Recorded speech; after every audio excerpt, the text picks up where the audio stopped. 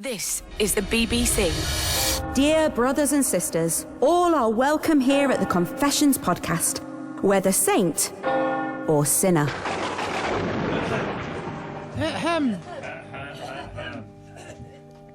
Hello and welcome. This is another Confessions podcast from your friends at the BBC. Thank you for downloading us. We're all very, very appreciative, aren't we, Bobby? Yes, very appreciative. And yes. Aren't we, Matt? Yes, Thank you so much. We're going to visit you and leave you £5 through your letterbox. We're not. This is where sinful members of the public come to tell their tales of deceit, debauchery and deception, seeking dispensation from Sister Bobby, Brother Matt and you, the good people of this country and around the world. So, for your listening pleasure, we have the anonymous physics teacher confession, teach your children well. A little bit of church action there. Rory's misdemeanor pant music, wetting his brother's pants. What could possibly go wrong? Mrs. Doubtflower's tale, take me to the birch. Plus another classic confession we've unearthed from the crypt. First, we start with Sue's deadly confession, Rome Thoughts from Abroad. Simon Mayo's Confessions podcast. Please be seated. Dear Father Simon, Sister Bobby, Brother Matthew and the Diocese of Radio 2 listeners. Let me take you back to, actually we're in uncharted territory with this story a little bit.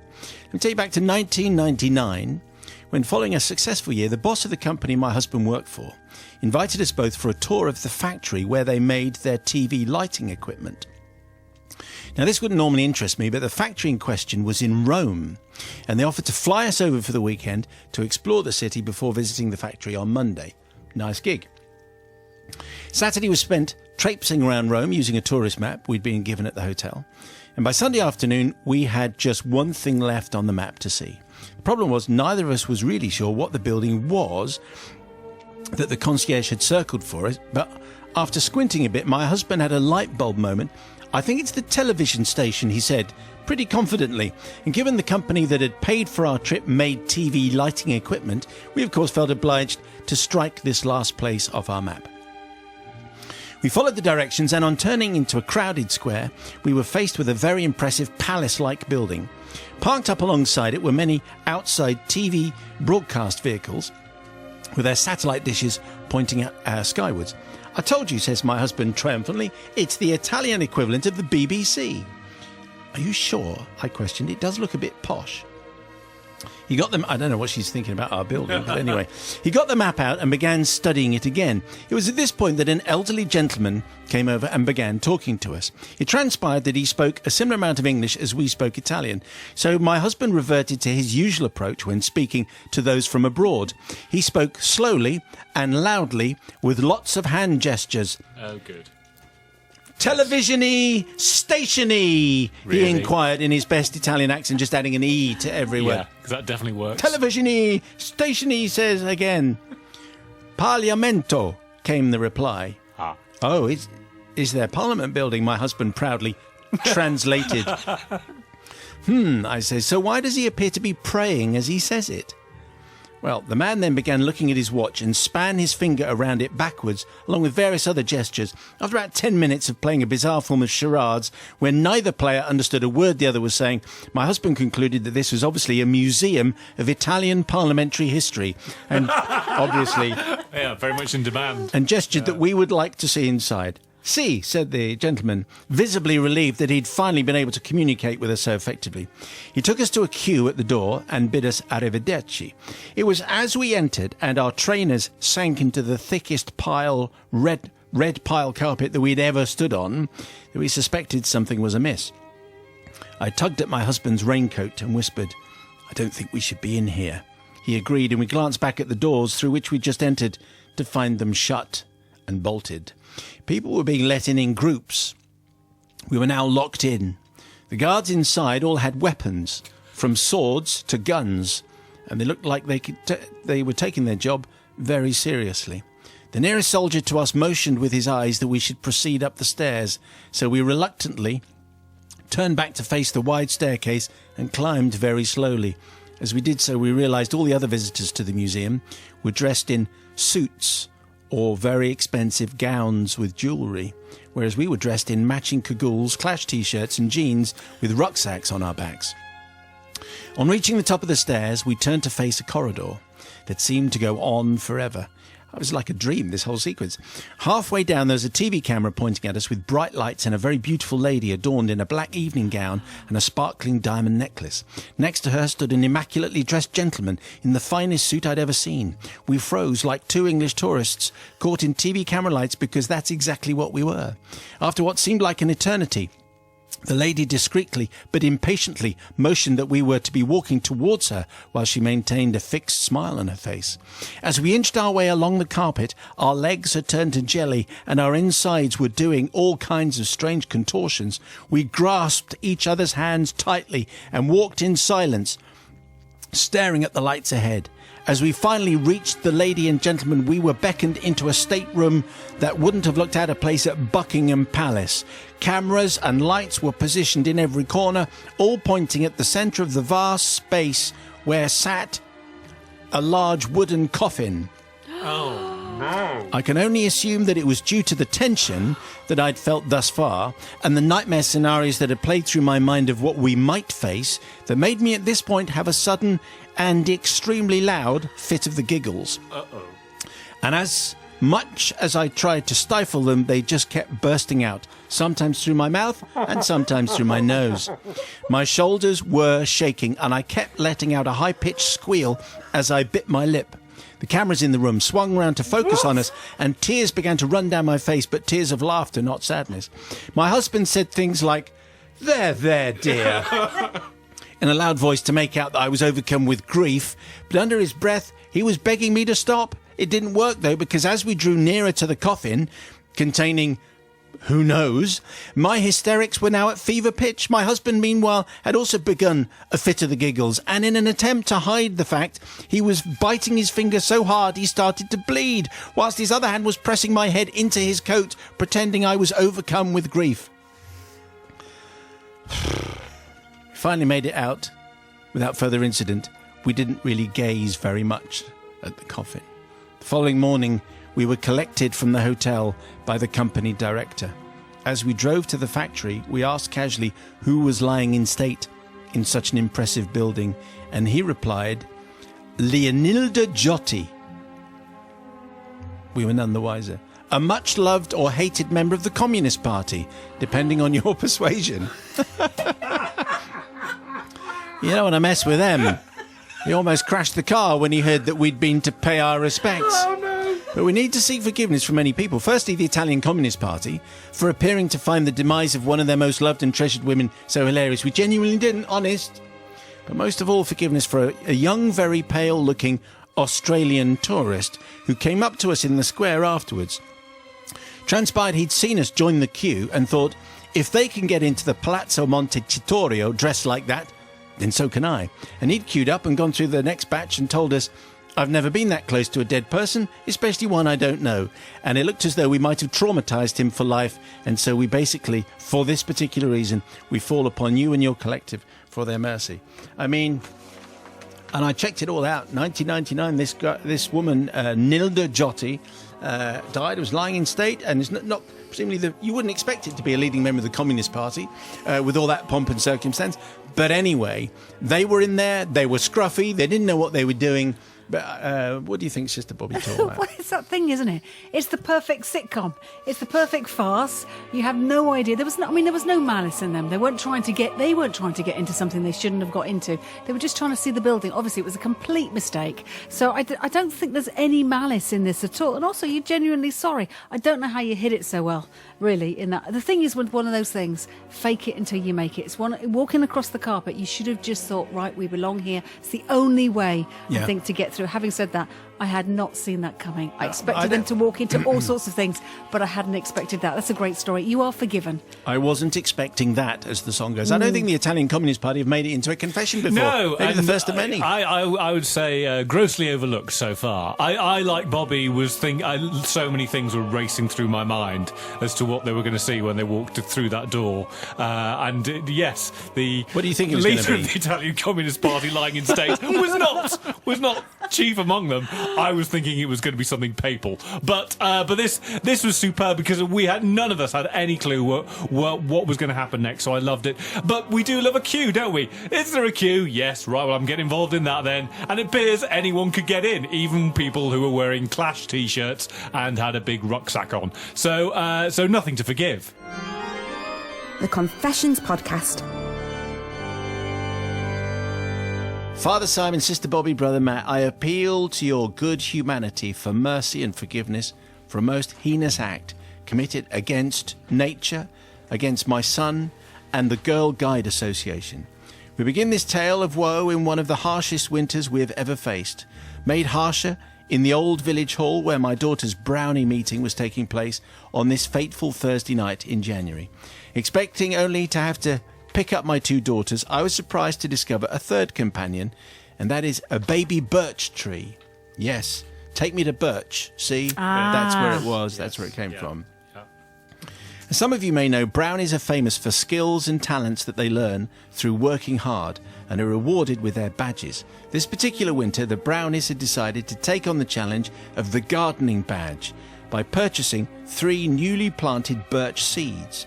The seeds were sent home with each brownie 3 at a time in the hopes that they would learn the values of gardening and helping the trees to grow. It was at this point I knew that really it could only end badly. When I say a baby birch tree, you must understand that this specimen resembled a stick more than a tree. Short, pin-thin, about a branch or even a leaf, without a branch, without a leaf to accessorize this 20-centimetre twig. But I was determined. Placing the plant outside of the reach of my ravenous Labrador, I protected and nurtured the plant with the help of my 2 daughters, 8 and 10 respectively, and my 6-year-old son. The birch was watered every day and given more sunlight than it could ever have hoped for, and I'm sure it would have thrived if not for the terrible tragedy that struck us within those 7 days. February arrived and a flurry of snow, beautiful and angelic enough for the schools in the surrounding area to liberate their students for the day, crying, "Go, be free, enjoy the winter weather in the short time that you can," like no school ever said ever. The 3 children and I followed these demands and enjoyed a snow day at home. Between the gallons of hot chocolate they were consuming and after the last episode of Looney Tunes that morning, my children decided to make the most of the weather and build a snowman to commemorate this day. I fetched them a carrot for the nose and left them to it, enjoying the warmth of the kitchen as I prepared their lunches until they fetched me to see the finished piece of art. At this point, I wish I hadn't seen The Snowman, the new Michael Fassbender horror movie, where the snowman indicates very bad things are going to happen. But anyway, it's not that bad. And what an art piece this was. A pebble-engraved face with a beautiful carrot nose, stone buttons lined up perfectly on the belly, and 2 arms outstretched for a hug. I spent time admiring the work before I discovered a sight even that filled me full of dread.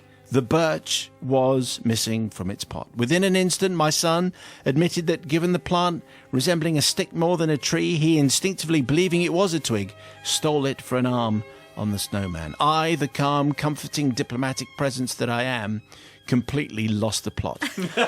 After what one might class as a rampage against my 3 children, I was forced to squash the idea of placing what was left of the tree back into the pot and hope nobody would notice. Instead, I was straight on the phone to my husband, explaining the situation, and we trawled for hours upon hours around the local plant nurseries to find a suitable replacement so we could return to brownies with our heads held high and with our secret well kept. Eventually, we found it, the magnificent beauty that we could return that Thursday as our birch, at least 1 metre high, maybe nearly 2. What? Covered in branches, covered in leaves, as though plucked from the Garden of Eden itself, and within our price range. All of that. By this point, my children and I had all recovered from the standoff of that afternoon, and my son was back watching Looney Tunes as soon as we got home. He didn't care. That Thursday, my daughters stood tall as we entered the room in triumph, presenting to the school our new baby birch, adopted if you will, and our smiles said one thing. They said, "Look at what we have done with our tree. Aren't we good and faithful stewards of this bountiful earth? If only all of you could have been as green-fingered and fertile as us." Yeah. Losers. I've added the losers. Well, it's fair to say it didn't go down exactly as I'd hoped. We were met with frowns from the leaders and tears from the other brownies, who had taken home trees and returned with skinny little sticks that they had left with. Sad, I know. In trying to merely make ourselves look competent, we had hopelessly overshot and shown up everybody else, prompting suspicion, scorn, jealousy, and hatred in equal measure, all for the sake of a little stick. I therefore need the forgiveness, Father Simon, from my son, who I may have scared slightly in the heat of the moment, the Girl Guide Association, whom we cheated out of a badge, the other brownies who were made to feel inferior as their birches hadn't seemingly grown as much, like 6 times the size, and to every plant that has ever crossed the threshold of my house. This is a classic parenting thing where you try and compensate for things that have naturally gone wrong, that your kids have come up with, by buying something just to impress. Because who could face the humiliation of a tiny birch? Sister Bobby, what do you make of all that then? Well, the thing is, if you were replacing like with like, it would have been fine, obviously, to kind of fix the situation. I understand that, but you didn't. You did basically just show off. And I know that wasn't your intention. Birch. That wasn't your intention. It wasn't necessary. Why didn't even you just cut it down a bit and go, okay, well, ours is slightly thicker, but it's still only kind of, 6 inches big. So I think on this case, I cannot forgive Normally, Mrs. Doubtflower. Normally these confessions are about goldfish, or in some extreme cases, cats, where, bad things have happened. And so while the owners have been away, so they tried to replace. I don't think we've had a birch that's needed to be replaced, but it doesn't sound as though the new birch resembled the old birch in any way, shape or form. What do you make of that, Nigel? Apologies if I sound stupid, but just It's wondering... never troubled you before. Thank you for that. Walk straight into that one. But I'm wondering, how long was the period between they used the twig initially before they actually realised that they'd taken one of the sacred twigs?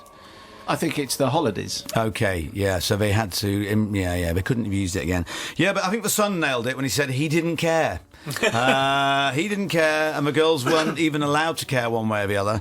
They cheated. Mrs. Doubtflower, you cheated big time. You ain't forgiven on this occasion. It's not looking very good for Mrs. Doubtflower, but let's check in with Matthew. What I would say is what this confession has over the Michael Fassbender movie, The Snowman, is at least the plot here made sense. Oh, yes. Because, there is that one all over the shop. Yes, the brownies were complicit in this, weren't they? They went along with it. Oh, yes, look at the birch. Even though they knew that this other tree had been used, the branch had been used for the snowman, and they'd gone in with it. So badge of cheating there for the Is there for a the cheating brownies. badge? I'm sure there's a badge for A cheating. birch of the poison mind. Yes, now. very good. So yes, I am not going to forgive. Simon Mayo's Confessions Podcast. Thanks to Mrs. Doubtflower for Take Me to Birch. Take me to the birch.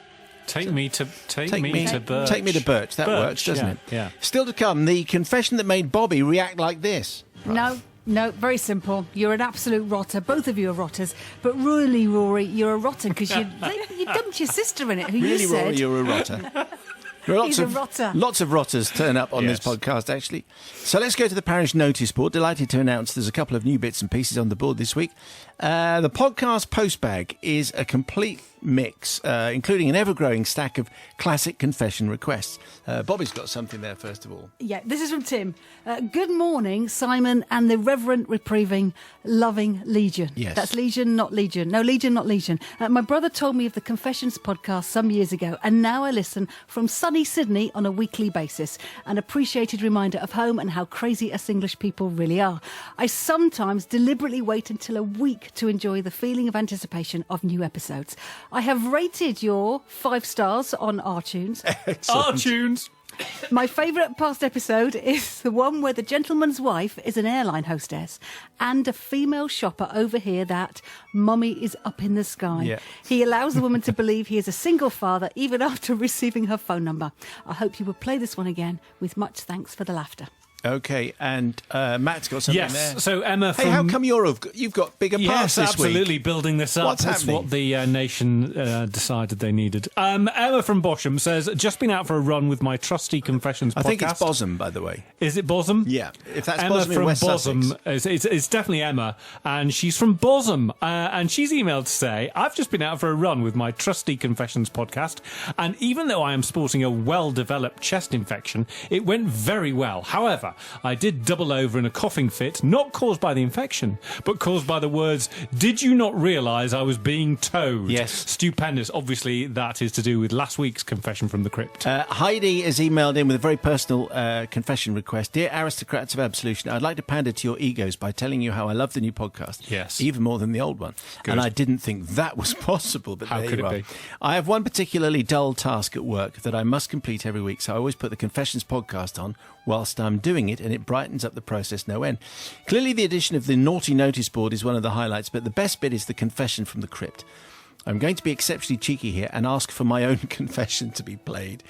I originally heard it whilst driving home from work and I nearly crashed the car. It was awfully exciting. But despite that, I never managed to take a recording before the podcast expired. It was called A Pizza the Action and was read out on a Foodie Thursday about 4 to 5 years ago. The confession was about a rotten former boss of mine at a well-known pizza restaurant. My friend and I played a joke on her. We stapled the ends of her jeans and the cuffs of her shirt together so she fell over when she got dressed. I remember it. You changed my name to Kerry to protect my identity. If I'm breaking the rules by asking for my own confession, could I then request the one about the lady who had to dash to the supermarket to get a Tickle Me Elmo on Christmas Eve? Oh, yes. And upon finding the car park full, she stalked a family to their car and waited patiently for their spot, only for a cheeky Hyacinth bucket to swoop in and steal the parking spot. The lady then later stole Hyacinth's full trolley and hid it in a disabled toilet. Happy Christmas, everybody. Yes, I remember that one. Thanks for enhancing my week every week. P.S. Can I get Matt's laugh as a text alert, please? Yeah. Yes. How much do you charge? Yes. Oh, well. You can book him for Bar speeches. mitzvahs. I've also heard a rumour that Sister Bobby, apparently, I've been told this week, has her own confession regarding a Blue Peter badge. They told you. Really? But Susie I don't told know. you. Should we... Susie works on the show, and But do you want to keep it for another day, or do you want to... You haven't got a Blue Peter badge. I do have a Blue Peter badge, Under yes. false pretenses? Yes, I do have one under false pretenders. What? I mean, that's Pretenders? almost like an Yeah. That's an unforgivable Yes, sin. I know, but let me explain how I got it under false pretenders, because I didn't steal it. What I did is I used to work in TV. I was at TV Centre. I went into a stationery cupboard to get some things we needed for the show. Uh-huh. In there was a bag, and I thought, oh, that's useful because we're on location. I'll take that. Anyway, when I'd used the bag, I realised in one of the side pockets there was a brand new Blue Peter badge. Thing is, the bag was just going back into the cupboard, so I kept the badge because it seemed Oh, like you kept the I kept the badge. badge because I didn't want to Kept the just badge. leave it on its own. So for years, However, people have looked at you and thought she's achieved something. Yeah. well, no, I have Yeah. never worn the badge because I feel too guilty because I didn't Aren't there get it certain honestly. benefits? Don't you get some? I think You you get do. 20% off in all Yes. shops. Do you? Yeah. I don't think it's, so I And have you're- a badge. I have never worn it dishonestly, Also, but I do own one. If you tell the revenue you've got one of those, they Yeah. go, fine, Yeah. earn away. Do they? Have Yes. more cash. So I do have one. I didn't earn it. I've never worn it. Before we go back to the confessional booth, it's time for Matt's favourite bit, the non-compliant confessions. Basically, his whole life is lived in a Yes. non-compliant way. Correct. These are the ones that have no chance of ever getting on the radio, apart from like this. Included in this week's sin bin is the confession from Jumping Jimmy Thunder, who You'd decided get forgiven straight away. just for decided that. to see what would happen when he jumped off a high chest of drawers onto a beanbag with his 4-year-old daughter sitting on the beanbag. Lucky for you, she wasn't injured, Jimmy, but please don't try that at home, No. kids or Don't. parents. It's not funny. No, it's What not. a fool. Jimmy Thunder. I mean, Jimmy Thunder. Jumping Jimmy Thunder. And Baby Thunder. Jack's tale about the accidental death of a family pet caused by his sister is bad enough, but Jack then telling what was a family secret to 200 people at her wedding Oh dear. is a whole new level of wrong. Danny.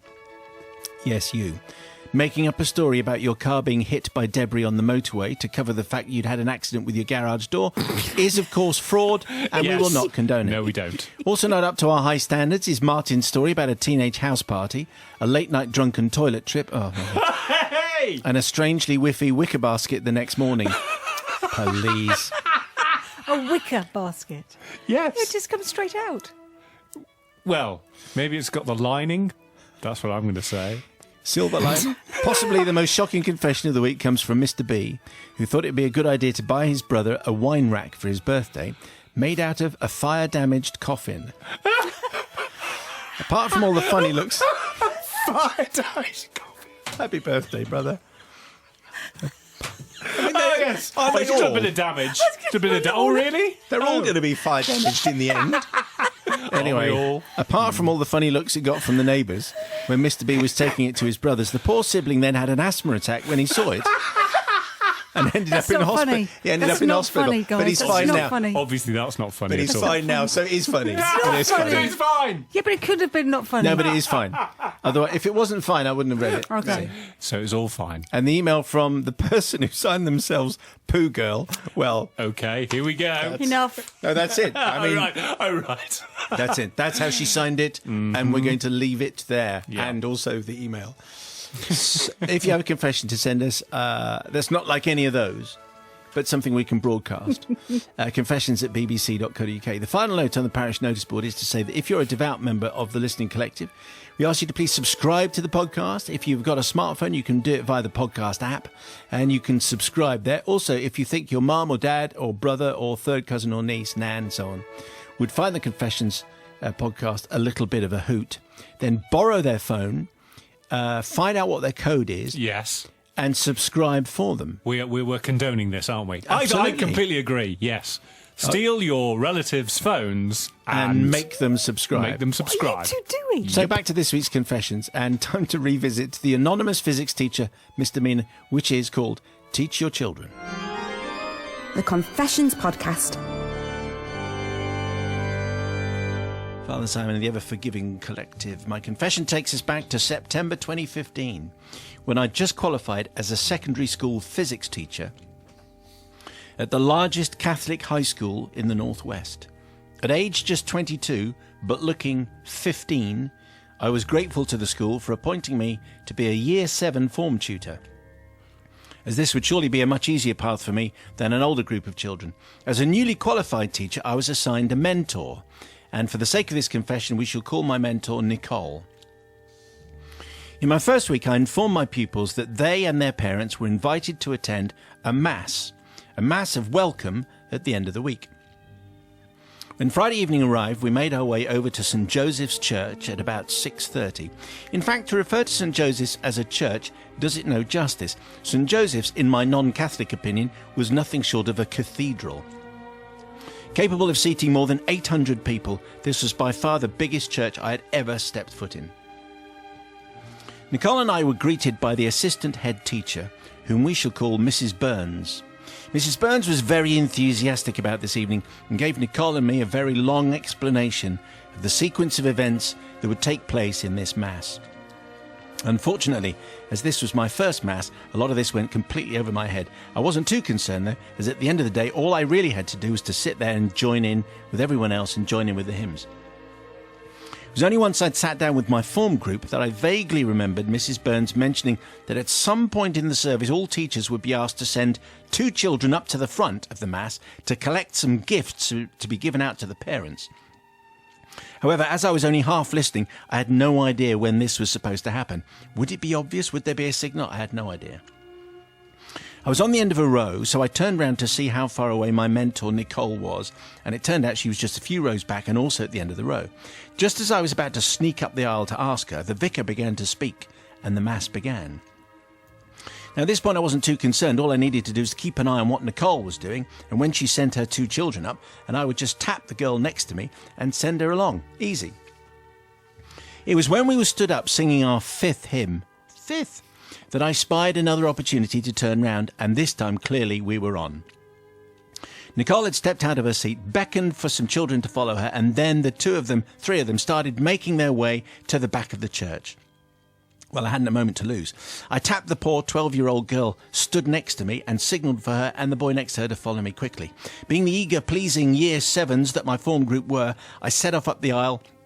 The 2 children followed me out of the pews without question. By now, Nicole and her child were almost at the back of the church, so I really put a spurt on, not even checking behind me to see if my 2 kids could keep up.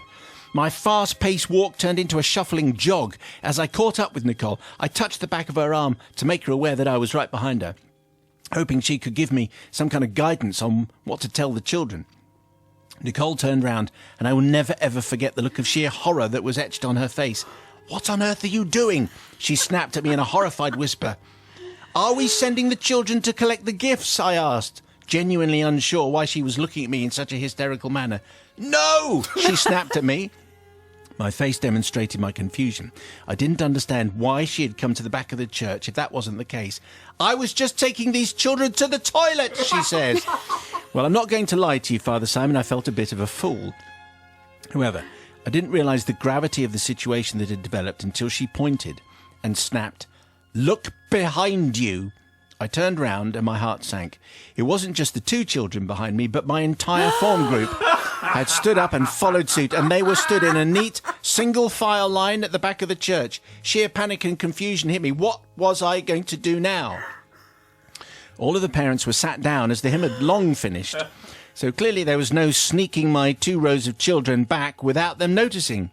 There was nothing for it, Father Simon. I had to march my entire form back down to the front of the church, back into the pews. I kept my head down the entire time and my hands together, apparently in prayerful reflection, not daring to look at how this turn of events was being received. I completely blanked the child who asked me on the way back to the pew, "Sir, what's going on?" because I had absolutely no idea. The final part of this disaster was that despite 26 children having quite easily fitted into the pews moments earlier, they no longer seemed to fit. "Sir, I can't fit in!"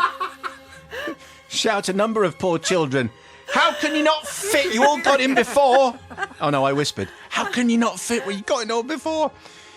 I was in an incredibly agitated state at this point. "Shuffle up, shuffle up," I repeated. "Pass it on. Shuffle up, say the entire class to each other. Drawing even more attention to this farcical turn of events, the priest tried to smile, but I could tell his facial expression meant idiot teacher alert. For the next few weeks, every time I moved anywhere around the school, various teachers would say very helpful things like, "Make sure there aren't any children following you." "Sir, I think there's one still following you. You better move quickly."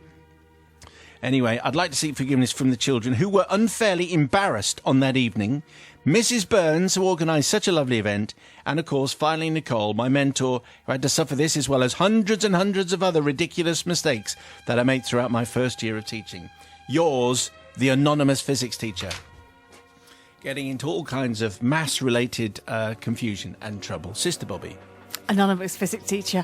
I don't think you need forgiveness from the children. I bet they loved that. I bet that's the best thing that happened to them for a good 5 years. I mean, what fun. That's, Well, that was the highlight of their education, well, was it? Well, I just think it's those things when teachers go wrong that kids love it. And also you can kind of develop or encourage really good kind of relationships with your pupils that way, I think, when you've done something wrong, because they just love you for it and they'll forgive you for it. And unfortunately, of course, the service was disrupted and you wish it wasn't, but I'm sure most people will forgive you because actually it really, well, it wasn't your fault. Well, it was a little bit your fault. Listen to the question next time or listen to people. That's the advice you can give your pupils. But the only thing I'm interested in is when did they have to go up and get the gifts? Because I'm still unsure. It wasn't clear, idea. was it? Everyone was so confused at this point, they probably gave up on the gifts. Anonymous physics teacher, listen next time, but you're forgiven.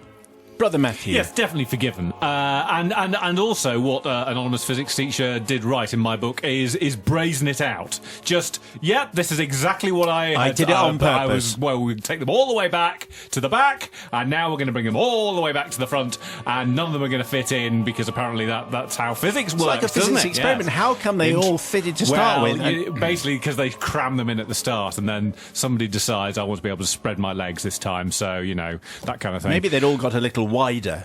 Yes, maybe on the way, and also I love that this confession contains the words that no new teacher ever wants to hear, which is, "Sir, what's going on? I don't know. My first day too." So yeah, definitely forgiven. This is the place where penitents seek our pardon for their sins. Simon Mayo's Confessions Podcast. Father Simon and the conclave of confessional clemency. Very good. Well Extra done. points. I don't think that's been used before. Thank you, Rory. So that's been done. I am one of triplets, okay? Key fact, right at the beginning. They say that siblings like us have an unbreakable bond throughout our lives, and this has always been the truth. For me and my sister, Gracie. My relationship with my brother Angus, however, was fraught with difficulty in our formative years. Indeed, what started out as brotherly pranking had degenerated to what can only be described as all-out war by the time we reached double figures in the early 80s. You see, our parents had decided in their wisdom to allocate the largest bedroom in our 3-bedroom semi to me and Angus when we moved there age 5. In the history of bad ideas, this was, capital letters, a very bad idea indeed. Because Angus and I loathed each other, and one was often discovered throttling the other on the bedroom floor by our increasingly despairing parents. Okay, yes. Triplets, eh? Yeah. But although we shared a room, my parents had wisely decided to give us separate chest of drawers in which we had our T-shirts, jumpers, pants and socks rolled into balls. One Sunday night, on the pretence of feeling a bit poorly, I retired to bed early, for I had had a very cunning plan hidden up my sleeve. Once back in the room, I went to Angus's chest of drawers and took out every pair of pants that he possessed. I then proceeded to spray them with water from a spray bottle that Mum kept in the upstairs store cupboard with the ironing board and the iron. The pants weren't completely drenched, just pleasingly damp, and I then folded them all back neatly and put them back in the drawer. To divert suspicion from my misdemeanour, I had the forethought of a master criminal and did the same to my own stock of dry pants, apart from one pair, which I tucked away in another drawer with my dry T-shirts. The perfect crime. The following morning, as we were getting dressed for school, Angus let out a screech that could put most thrash metal bands to shame. Our mother almost immediately appeared at the bedroom door. "What are you two doing now?" she demanded. "Get ready for school!" "I can't!" Yes. wailed Angus. This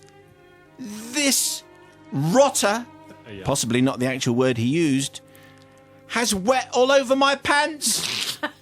Our mother turned on me and was about to transform into the Incredible Hulk when I remembered my escape route.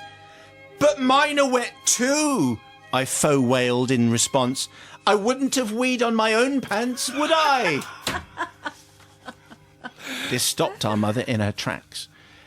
Had the tumble dryer failed during yesterday's marathon laundry event, and she hadn't noticed? Might Sister Gracie, who was by now sniggering in the doorway, have had just something to do with it? "Right," said Mother, who hadn't the time to hang around with all this. No. She didn't miss a beat. "Gracie, they're going to have to borrow some of your pants for today while I get these dried." Gracie was horrified, but did as she was told. So, despite protestations from everyone, all three of us trooped off to school wearing Gracie's pants. "Well," says Rory, "two of us did, because you'll remember I was able to retrieve my nice, dry, manly ones from the back of the T-shirt drawer." However, my revenge hadn't quite reached its zenith. Whilst we were playing an increasingly violent game of British Bulldogs in the playground during morning break different times, I accidentally pantsed my brother during one particular robust tag, which means, as you know, Pull down the pants. or pulling them up, I think, that. like a right. wedgie. Yeah, wedgies, right, okay. All of our peer group, the teacher on playground duty, plus a girl he'd been spending far too much time with, got to check out Angus's far too snug My Little Pony nether garments. Oh, lovely. Which, of course, belonged to our sister. I therefore seek forgiveness. Not from Angus, who frankly got what he deserved. Not from Gracie, who eventually became the chief suspect in the strange case of the soggy skivvies by a maternal process of elimination, which can't have taken that long. Rather, I seek forgiveness from the assembled group in the playground because, frankly, nobody ever needs to see Angus's far too snug My Little Pony nether garments, which belonged to our sister. Anyway, revenge was Rory's, but does he get forgiveness from Sister Bobby Pryor? No, very simple. You're an absolute rotter. Both of you are rotters. But really, Rory, you're a rotter because you dumped your sister in it. Who Really, you said, Rory, you're a rotter. You dumped your sister in it, and you said you got on really well with her. So that's not fair. I don't think any of it's fair. I think you're a rotter, and also you made him a laughing stock of school, and that is not good. So Rory, Imagine that at school, that Yeah. you're shown to be wearing My Little Pony undergarments when you're a boy, and Go Maybe. on, try and modernise that. maybe, who are we sitting here in our ivory towers? Actually, David Walliams could probably write a book because yes. The Boy Who Wore a Dress was the first book. Maybe the boy who enjoyed wearing My Little Pony leather garments could be the next one. He didn't Yes. enjoy it. It's a case of adapt and survive, really, isn't it? He had no choice. Also true. Maybe it's tricky areas. I'm going to say I forgive here, mainly because it was the perfect crime, because he'd said, and by the way, the line, I wouldn't have weed on my own pants, would I? That's never been on the confession before. An overdue appearance, I think. I'm going to say definitely forgiven, because yes, he planned it all out. I mean, it would have been even better if he'd done it on a PE day, and then, yes, everyone would have had to, and wouldn't have had to do the wedgie at all then. But I'm going to head it myself. Yeah. Yeah, I think I'm definitely going to forgive, because he thought it all through, and well done. And got revenge on Rory, who I get the feeling was the real culprit. Simon Mayo's Confessions podcast. That was Rory's pant-wetting tale, Pant music, which concludes this week's batch of confessions. Let me know if it has inspired a thought in your soul, and send us your secret. confessions@bbc.co.uk. Before we go, a treat from the Confessions Crypt. This week, it's been requested by Mick Casey and Helen Leadham on Facebook, and Ellie, aged 11, who emailed like this. Father Simon and the Juggernauts of Justice. I really enjoy listening to the Confessions podcast with my family. We all absolutely love it. Our family favourite confession of all time is the one where the lady told her daughter about I'm getting nervous even just reading this bit. Yeah. About an incident with her brother and a troll. Yeah. As in, I'm a troll, foldy roll, not an internet troll. Correct. We laughed so much. And when you said you were letting the listeners choose our favourites, we just had to write in. Yours sincerely, Ellie, aged 11. Well, we've dug it out of the crypt. We called it Troll with it, and I think this still has the power to shock. The Confessions podcast. Now, we're using real names, by the way. Really? Yes. This is from Helen, because she wanted real names used. Father Simon the Collective, I'm writing my confession, although those involved now know about it. They feel it needs to be passed by you and your team to decide if I and we are worthy of forgiveness. Let me set the scene. We're a family of 6, and in the event in question, which took place 10 years ago, when the children were the following ages. Here it comes. The oldest, Sophie, was 12. Our next daughter, Gemma, and the victim in question was 6. Then there's Jack, who's 4, and Katie, who was 2. Gemma, the 6-year-old, was a magical thinker at the time, which we were unaware of, but have since found out means that she always saw things literally. For example, when I told her I was going to pop over the shop, she imagined I would disappear and then reappear as if by magic, popping at the shop. When she had an enlarged gland in her neck from tonsillitis, the GP said, "Oh, you got a golf ball in there?" And she asked him how it got there. Anyway, you get the picture. That's the kind of child she is.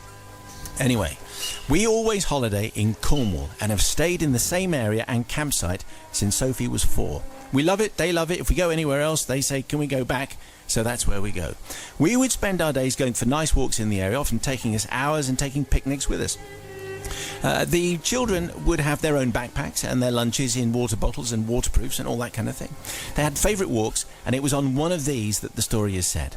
The walk was around Frenchman's Creek, real Daphne du Maurier country, and we would think of ways to make the walks interesting for 4 young children. To do this, we would search for things like bees, frogs, toadstools, squirrels, snakes, shrews, pixies, fairies, goblins and trolls. The first 6 we saw regularly. Sadly, the latter 4 were very elusive.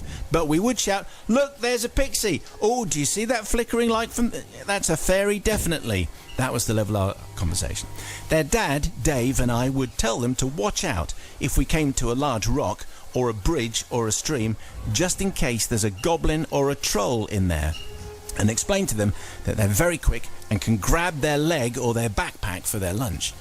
This particular year, Gemma asked us if they were real. Yes, we said. Sadly, that's how we lost your big brother, Peter.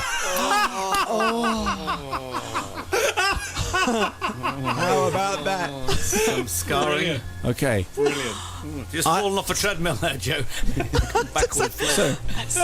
Here we go. I had an older brother, said Gemma. Yes, that's why there's 5. No. That's why there's 5 years between you and Sophie, and only 2 years between you, Jack, and Katie. We said. Well, what happened to Peter? Well, when we reached this bridge here, there's an area where a small wooden bridge with a gap underneath it with a stream runs down the hill. A goblin jumped out, grabbed Peter and disappeared. Oh, she replied, looked carefully around the bridge and the rocks, and we slowly walked on. We didn't really talk much about it and soon forgot this little story that we'd made up. Sophie obviously knew it wasn't true. Jack and Katie were too young to take it in. And we thought Gemma also realised it wasn't true as our walks continued with lots of fun and laughter. And no more mention of Peter, despite lots more talk of goblins and trolls. Then when Gemma was about 12, so this is 6 years later, we were walking Frenchman's Creek again. And when we came to Peter's Bridge, Gemma, now all sad, said, Dad, isn't this the bridge where where Peter got taken by trolls? And she had a very reflective and a very subdued voice, and we realised she'd been sad for a while. 6 years. Grieving for it. It was at this point that we looked at each other and realised that Gemma had and still did believe her non-existent brother Peter had been taken by trolls all those years ago.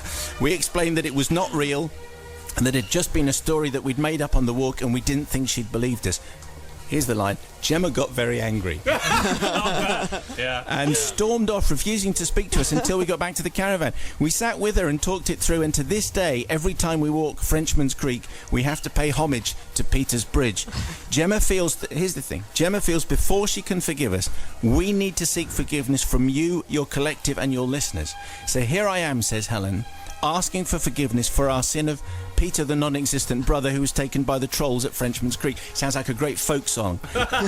Yours in shame and hopeful anticipation, Helen. P.S. Gemma is now 16 and has insisted I use real names. So, that's the information. It's a shocking story. Lying to your kids. Is it always a good idea? We'll find out about Matthew in just a moment. Let's go first to Jo Wiley as she makes her debut. What do you say, Jo? Well, Gemma's obviously harbouring quite a lot of anger and pain. If she's still insisted that they use the real names, she's obviously very, very cross. Yes. That is completely unforgivable. Very, very funny, but completely unforgivable.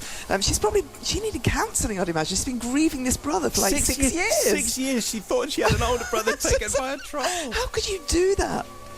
Well, they just thought it was a good joke, and they didn't realise that she was a magical Maybe thinker. think it through a little bit. Maybe. So no, unforgiven, sorry. Okay. I think there are jokes, and then there are jokes. I mean, you can say that there are fairies under the tree, but you just can't see them. But to say that your brother was taken, I mean, that's really macabre. And they also knew that Gemma was really gullible. I just don't get it. Well, I don't think they did know the fact that she believed things literally at the time. Oh, I see. Yes. Anyway, as it turned out, Gemma was clearly traumatised by that, and I agree with Jo. I can't forgive that. Let's try Novice Nige. Well, yeah, what I'm kind of surprised at is that Gemma harboured all this for 6 years. She never discussed it with any of her siblings or any of her mates. So no doubt she is in treatment, what have you. But this brother who could not be mentioned. There should be a blue pack on Peter's Bridge now, I think that's definitely. But I do not forgive on this occasion Damaged Dave or Horrid Helen. Well, it'll be interesting to see what people make of this, but here's Brother Matthew, who always thinks it's a good idea, It's remember? okay to lie to your kids, definitely. But I do think they missed a trick here in saying, yes, your elder brother Peter was taken by trolls, but you could have used that to say, because he wouldn't do his homework and didn't help with the washing up, and that's what happens when you refuse to cooperate. So I'm not going to forgive, but only because they missed the opportunity to have her living in fear for the next 6 years. Simon Mayo's Confessions podcast. Well, that was the confession from the crypt this week. What? Some of these stories you think might have done long-term psychological damage. Featuring none other there, as you'll have noticed, Jo Wiley, who was completing her 26-hour running marathon for Sport Relief. So I think that's a lot of confessions are family-based, and they're lies that we tell the kids, and they're usually quite, it's all about the fire alarm, the smoke alarm, and that's Father Christmas, and he's watching you and all that kind of stuff. But it's just a casual throwaway reference in a story, and 6 years of thinking you had a brother. And it can go horribly wrong. Confessions@bbc.co.uk is our email. Sister Bobby, you only forgave 2 people this week. Your yearly tally is 80.5 forgives, 81.5 not forgives. Matt, you forgave 3 this week, being a big softie. Yep. 108.5 forgives for the year. Good. 52.5. Wow. Not forgiven. Yeah. If you made it to the end of the last podcast, you had to tweet a nipple to knee, please, Barbara. Thanks to Carol and Ed and Bridget and David, James and Phil and loads of others who did just that. This week's code phrase is pleasingly damp pants. Of course it is. Okay. Remember to subscribe, and don't forget you can hear our whole radio show. 'Cause we don't just do this, you know. No. At least show some commitment. Whole radio show weekdays from 5 on Radio 2. Bobby says goodbye. Goodbye. Matt says goodbye. Goodbye. Thank you for listening. The Confessions Podcast. Go in peace.